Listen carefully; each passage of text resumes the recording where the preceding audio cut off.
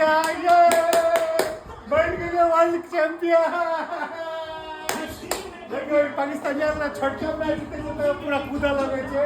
भारत को खास फर्क नहीं पड़े, भारत हर साल जीत रहा है।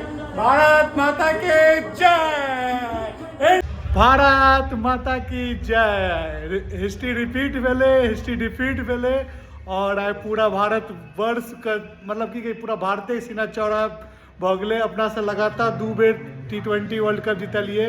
2024 में जीतल छलिए, पिछला साल 2टा कप आयल छले, चैंपियंस ट्रॉफी आयल छले और वुमेन्स वर्ल्ड कप आयल छले।